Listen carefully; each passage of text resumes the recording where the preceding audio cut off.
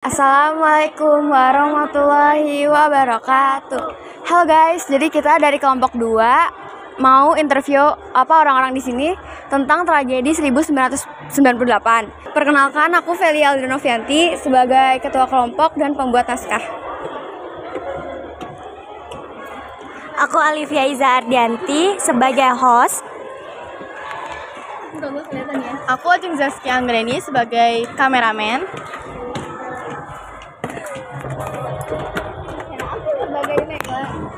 Aku sebagai Naila. Dan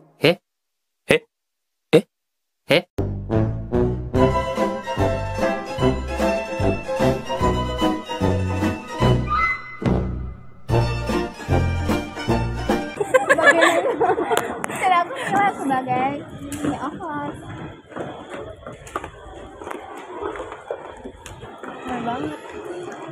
Dan aku Amel sebagai editor.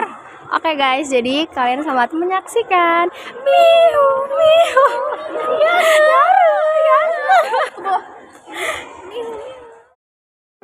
Asal-muasal kerusuhan pada tahun 1998.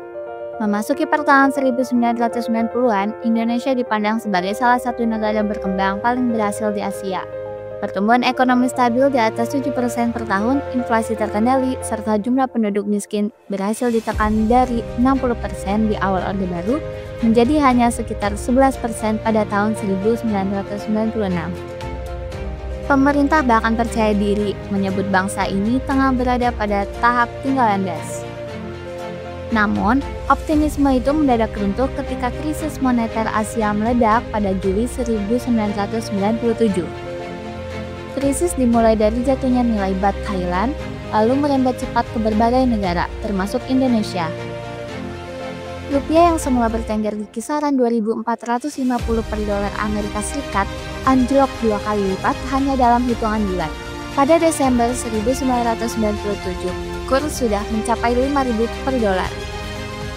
Dan memasuki Januari 1998 semakin jatuh hingga menyentuh 13.000 bahkan 17.000 per dolar. Depresiasi tajam ini bukan sekedar angka di meja bursa, melainkan bencana nyata bagi perusahaan-perusahaan Indonesia yang sebagian besar menanggung utang luar negeri dalam dolar. Kelemahan mendasar ekonomi nasional, utang luar negeri yang membengkak, sistem perbankan rapuh, serta praktik korupsi, kolusi, dan nepotisme atau KKN membuat situasi makin parah. Pemerintah mencoba mencari pertolongan dengan menggandeng International Monetary Fund atau IMF. Pada Oktober 1997, Indonesia menandatangani kesepakatan pinjaman sebesar 43 miliar dolar Amerika Serikat. Sebagai syarat, IMF meminta ditutupnya 16 bank yang dianggap tidak sehat. Bukannya memenangkan pasar, kebijakan ini justru memicu kepanikan.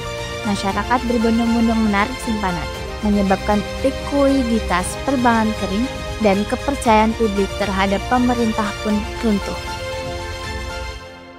Dampak krisis segera dirasakan rakyat. Harga kebutuhan pokok seperti beras, gula, minyak goreng, dan susu melonjak drastis, bahkan menghilang dari pasaran. Industri besar termasuk otomotif menghentikan produksi dan merumahkan ribuan pekerja. PHK massal tak terhindarkan, jumlah pengangguran melonjak menjadi jutaan orang jika pada awalnya krisis hanya dirasakan oleh kalangan pengusaha. Sejak awal 1998, masyarakat kelas menengah ke bawah pun ikut menanggung beban paling berat. Situasi sosial politik ikut memanas. Gerakan mahasiswa yang sejak pertengahan 1990-an telah menunjukkan perlawanan terhadap Orde Baru kini menemukan momentumnya. Peristiwa Kuda Tuli 27 Juli 1996 yang menelan korban jiwa saat kantor PDI diserang telah menjadi titik awal konsolidasi perlawanan rakyat. Selembaran bawah tanah, grafiti di tembok kota, hingga boikot pemilu 1997 menjadi bagian dari gerakan yang semakin lantang menuntut perubahan. Memasuki tahun 1998, aksi mahasiswa semakin masif. Di berbagai kota menggelar mimbar bebas, long march, hingga bentrokan dengan aparat keamanan. Tuntutan tidak lagi sekedar menurunkan harga atau mencari solusi ekonomi, tetapi langsung mengarah pada tuntutan politik. Turunkan Soeharto. Pemerintah menanggapinya dengan langkah represif, menculik aktivis, dan mengintimidasi terhadap gerakan mahasiswa justru memburuk citra rezim Orde Baru. Untuk mempertahankan kekuasaannya, rezim Soeharto berusaha mencari kambing hitam, etnis Tionghoa yang dianggap dominan dalam dunia usaha dijadikan sasaran. Propaganda Orde Baru menuding mereka sebagai penyebab krisis. Kebijakan ini menimbulkan sentimen anti-Tionghoa yang sudah lama dipelihara negara. Akibatnya, ketika kerusuhan pecah pada Mei 1998, etnis Tionghoa menjadi korban utama penjarahan, kekerasan, hingga pemerkosaan massal. Duka sosial ini meninggalkan trauma mendalam dalam sejarah bangsa. Puncak krisis terjadi pada Mei 1998. Pada 12 Mei, 4 mahasiswa Trisakti ditembak mati aparat saat berdemo. Tragedi ini menyulut kemarahan besar. Pada 13-15 Mei, Jakarta dan sejumlah kota lain ditanda kerusuhan besar. Ratusan gedung terbakar, ribuan orang tewas, dan situasi berubah menjadi kekacauan nasional. Mahasiswa kemudian menduduki gedung DPR atau MPR mulai 18 Mei, menegaskan satu tuntutan bulat, yaitu mengesahkan Soeharto. Tekanan datang dari segala arah, rakyat turun ke jalan, mahasiswa menguasai parlemen, dan sebagian elit politik serta militer mulai menarik dukungan. Akhirnya, pada 21 Mei 1998, Soeharto menyatakan mengundurkan diri setelah 32 tahun berkuasa. Jabatan presiden diserahkan kepada B.J. Habibie. Peristiwa ini menjadi penanda runtuhnya Orde Baru sekaligus lahirnya era reformasi. Memasuki bulan Maret 1998, krisis ekonomi berubah menjadi krisis politik. Meski Soeharto kembali dilantik sebagai presiden untuk periode ke-7 kalinya bersama B.J. Habibie, penolakan rakyat terutama mahasiswa semakin besar. Demonstrasi merebak di berbagai kota seperti Jakarta, Yogyakarta, Bandung, Surabaya, dan Makassar. Mahasiswa menuntut reformasi ekonomi, politik, penegakan hukum, serta penghapusan KKN. Situasi memanas dengan munculnya penculikan aktivis, bentrokan dengan aparat, dan berbagai aksi mimbar bebas. Gerakan mahasiswa juga menggelar referendum kampus yang mayoritas menolak pencalonan kembali Soeharto. Tuntutan mereka semakin jelas, Soeharto harus mundur. Namun pemerintah tetap menutup diri dan menanggapi dengan cara represif. Puncak tragedi terjadi pada 12 Mei 1998 dalam peristiwa Trisakti, ketika 4 mahasiswa tewas ditembak aparat di dalam kampus. Tragedi ini menyulut kerusuhan besar di Jakarta, pembakaran, penjarahan, hingga jatuhnya banyak korban. Kepercayaan publik terhadap pemerintah runtuh, sementara dukungan elit politik dan militer terhadap Soeharto semakin melemah. Mahasiswa kemudian berhasil menduduki gedung DPR MPR pada 19 Mei 1998, menandai titik balik perlawanan rakyat. 2 hari kemudian pada 21 Mei 1998, Soeharto akhirnya menyatakan pengunduran diri setelah berkuasa 32 tahun. Reformasi pun dimulai dengan 6 tuntutan utama: mengadili Soeharto dan kroninya, amandemen UUD 1945, menghapus duifungsi ABRI, melaksanakan otonomi daerah, menegakkan supremasi hukum, dan mewujudkan pemerintahan yang bersih dari KKN. Reformasi 1998 adalah tragedi karena menelan korban jiwa dan meninggalkan luka sosial, tapi juga kemenangan karena berhasil menumbalkan rezim otoriter Orde Baru serta membuka jalan menuju demokrasi di Indonesia.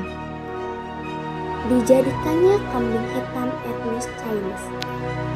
Kerusuhan 13-16 Mei 1998 di Jakarta bermula dari demonstrasi yang berubah menjadi amuk massa. Kawasan pertokoan milik etnis Tionghoa seperti Glodok, Mangga Besar, dan Jatinegara menjadi sasaran utama penjarahan, pembakaran, dan kekerasan. Banyak toko milik Tionghoa dijarah, dihancurkan, lalu dibakar. Sementara pemilik berusaha menyelamatkan diri dengan menempel tulisan milik pribumi, meski sering tidak berhasil. Tragedi terburuk terjadi di Plaza Yogya, Jakarta Timur, di mana ratusan orang, sebagian besar perempuan, dan anak-anak tewas terbakar atau terinjak-injak. Kerusuhan dengan pola serupa menyebar ke Bogor, Bekasi, Tangerang, Depok, Solo, Surabaya, Palembang, hingga Medan. Kebanyakan menargetkan toko, rumah, dan usaha milik Tionghoa. Di tengah kekacauan, muncul tragedi tersembunyi yang berupa pemerkosaan massal terhadap perempuan Tionghoa. Tercatat sedikitnya 85 korban resmi, diduga jauh lebih banyak mengalami pemerkosaan, penyiksaan, bahkan pembunuhan yang dilakukan secara brutal dengan makian rasial. Kekerasan seksual ini meninggalkan trauma mendalam dan dianggap sebagai kejahatan kemanusiaan. Bagi komunitas Tionghoa, Mei 1998 adalah masa paling kelam, kehilangan ribuan jiwa, harta benda, dan keamanan hidup. Peristiwa ini menegaskan kerentanan etnis Tionghoa di tengah krisis sosial politik, sekaligus meninggalkan luka sejarah hingga kini masih membekas dalam ingatan kolektif mereka.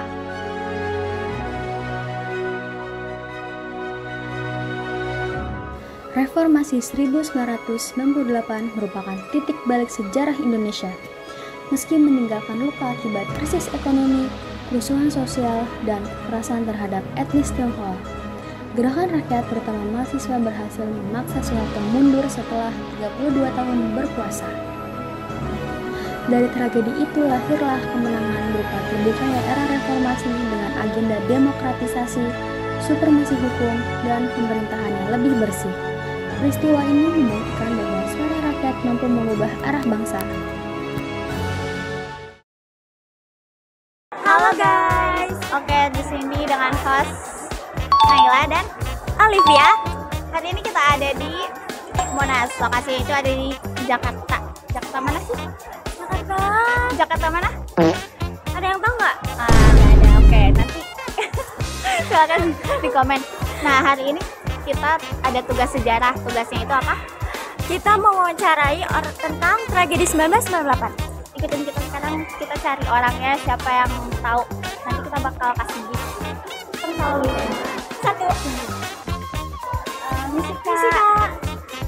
Kita ada tugas sejarah. Maaf, kita ada tugas sejarah mau buat interview tentang kejadian 1998. Ada yang tahu nggak sih? Ya, kira-kira tahu tentang tragedi 1998. Tahu. Kira-kira pertanyaannya apa Kak? Kayak Kalif coba. Apa dampak dari krisis ekonomi kejadian 1998? Menurut kami salah satu dampak utamanya yaitu krisis ekonomi pada bahan pangan di Indonesia. Jawabannya gimana Kak? Ya, benar. Benar. Oke, di sini ada sesuatu. Ini Kak. Makasih. Iya, makasih juga ya kerjasamanya. Atas nama siapa kalau boleh tahu? Nurul. Nurul, kamu SMP, SMA? Aku SMK. SMK. Iya. Dari mana nih? Jaya Wisata 2. Kelas berapa? Kelas berapa? 10. Kelas 10 apa? Kelas berapa? Iya. Halo. Agit. saya. Kita utas. Oh, utas. Oke. Agit saya. Jaya. Semangat ya buat belajarnya. Makasih ya. Dadah. Pertanyaan pertama udah selesai ya. Selanjutnya kita akan tanya pertanyaan selanjutnya ke orang-orang yang beruntung. Oke, coba ya kita cari. Coba kita cari orangnya. Ibu, permisi. Di sini kami sedang ada tugas sejarah tentang tragedi 1998. Jadi kita di sini dimintai untuk menginterview tentang tragedi tersebut. Nanti kita akan kasih pertanyaan. Ibu kalau bisa jawab. Wah, itu hadiah nggak? Dapat dong. Oke. Apa nih Kak? Pertanyaannya itu kan pada tahun 2025 harga dolar itu 16.379.000 per dolar Amerika Serikat. Nah, kira-kira Ibu tahu nggak berapa harga dolar pada tahun 1997? 97. Wah, itu pas udah mau Krismon ya? Iya, nah jadi waktu itu tuh ibu waktu itu lagi di Argentina, lagi di Buenos Aires ya. Ibu lagi kuliah waktu itu. Nah jadi ibu tetap memantau berita-berita di Indonesia lewat internet ya. Nah terus yang ibu tahu tuh waktu itu dolar tuh udah sampai 17.000 bahkan sampai 25.000. Pernah mencapai 25.000. Karena ibu nuker dolar mulu di bank. Jadi waktu itu tuh masyarakat itu bahkan di Argentina pun, bukan hanya di Indonesia ya, di Argentina pas kejadian Krismon itu orang-orang juga ini kan dampaknya ke luar negeri juga ada. Jadi mereka pada narik duit secara besar-besaran. Jadi ternyata bukan di Indonesia doang. Dan itu dampaknya sampai ke luar negeri pun gitu, mereka juga narik duit. Jadi nggak ada yang percaya kalau orang naruh duit di bank itu aman. Seperti itu. Jadi inflasi kan waktu itu. Seperti itu. Jadi ibu tuh sempat ngerasain karena ibu saya happy banget waktu itu nuker dolar sampai 25.000. Mantap gak? Dari dolar 2.000 tahun 96 jadi 25.000. Bayang nggak? Mantap tuh. Keren. Terima kasih Ibu. Iya sama-sama. Ini ada gift-nya karena Ibu udah berhasil menjawab, kita akan kasih gift-nya buat Ibu. Bercanda dolar. Tapi maaf ya Bu kalau misalkan gift-nya ya cuma Oh iya nggak kecil. apa-apa. Sama baik-baik. Ya, oke. Ini Ibu. Oke. Terima kasih Ibu. Terima kasih Untung Ibu. ibu nggak puasa. Baik, terima kasih Iya, ya. iya Hati-hati ya. Ibu, iya. Sampai jumpa lagi. Iya. Mari Bu, terima kasih. Capek ya udah muter-muter dari tadi, nggak ada yang mau jawab pertanyaan dari kita. Nah, kita mau ke pertanyaan selanjutnya, kita cari orang yuk. Kak, permisi. Kita dari SMA Widya Nusantara. Aku Alivia. Aku Naila sebagai host di sini. Oke, nama kakaknya siapa? Oh iya, aku Berli, aku dari Unair.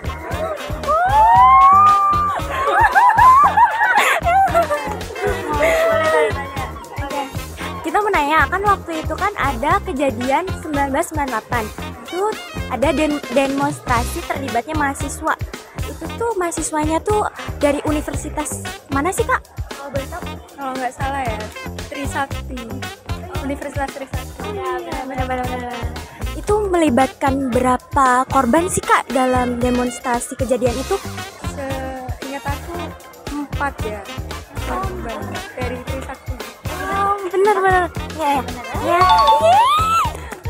Terima kasih ya, Kak. Iya. Tapi di sini kita ada Ya, pokoknya kita ada gift buat kakaknya. Ini Kak. Ya, terima kasih banyak. itu guys, kita udah nemu satu orang. Satu. Kita gini. Berhenti, jangan lanjut. Berhenti, jangan lanjut. Berhenti dianya. Dia berhenti kan? Jangan lanjut, dia berhenti. Ayo. Berhenti Kak, jangan lanjut. Ya, oke. Oke. Kak, di sini Perkenalkan. ya perkenalkan kita dari SMA Widya Nusantara. Oh iya. Kalau keren itu. Iya, keren. Nah, kita di sini lagi ada tugas sejarah. Sebelumnya namanya siapa, Kak? Nama gue bisa dipanggil Yuda aja. Yuda aja. Oke. Oke. Kepada Kak Yuda. Kak Yuda, kita di sini sedang ada tugas sejarah di mana kita harus menginterview Pengunjung di sini. ya tentang tragedi 1998. Nah, di sini ada pertanyaan yang harus kakak jawab dan kalau kakak bisa jawab kita kasih gift. Oke, boleh. Pertanyaannya, kenapa etnis Chinese dikatakan kambing hitam dalam tragedi ini? Setahu saya, kenapa etnis Cina bisa dijadikan kambing hitam? Karena itu sebagai alibi pemerintah. Karena pemerintah nggak bisa memenuhi kebutuhan masyarakat, keinginan masyarakat, dan krisisnya semakin parah, maka dijadikanlah etnis Cina ini sebagai domba hitam. Karena pertama, etnis Cina itu ekonominya stabil. Di antara warga Indonesia yang lainnya dia paling stabil. Nah, jadi cocok dijadikan kambing hitam oleh pemerintah. Selain itu, selain dijadikan kambing hitam, etnis Cina juga dijadikan, juga diburu, diperkosa, bahkan dibunuh. Itu setahu saya. Wow, bagus. Oke, Sangat lengkap ya jawabannya. lengkap sekali. Iya, kalau boleh tahu kakaknya Dulu SMA-nya di mana? Sama SMA Widya Nusantara. Itu kebetulan sekali, gak nyangka sekali ya tidak Bisa ketemu di sini ya? Iya, kok kakak bisa tahu jawabannya lengkap banget. Siapa gurunya kak? Parido sama Bu Anis. Halo Parido, Bu Anis. Oke, nice kak. Oke. Karena kakak udah ngejawab, di sini kita akan kasih gift. Ya. Tapi bentar. Tapi sebelum itu kakak pilih ini atau yang di tangan saya? Bukan yang ini.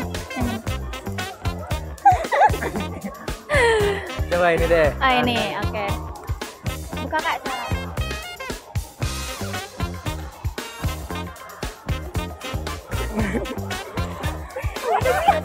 Ini. Apakah? Superstar. Dapat superstar. Ini kak. Kata kakak udah lengkap banget jawabannya. Oke, makasih ya kak. Udah habis, oke. Oke sayang. Itulah obrolan kita hari ini. Ingat, sejarah bukan sekedar masa lalu, tapi sebagai kompas untuk melangkah ke depan. Kalau kalian suka sama episode ini, jangan lupa untuk klik tombol like, komen pendapat kalian, dan jangan lupa untuk subscribe channel Historis Project. Tetap peduli, tetap belajar, dan tetap jadikan sejarah sebagai bagian dari hidupmu. Dan jangan lupa nantikan terus next episode Menjarah hanya di Historis.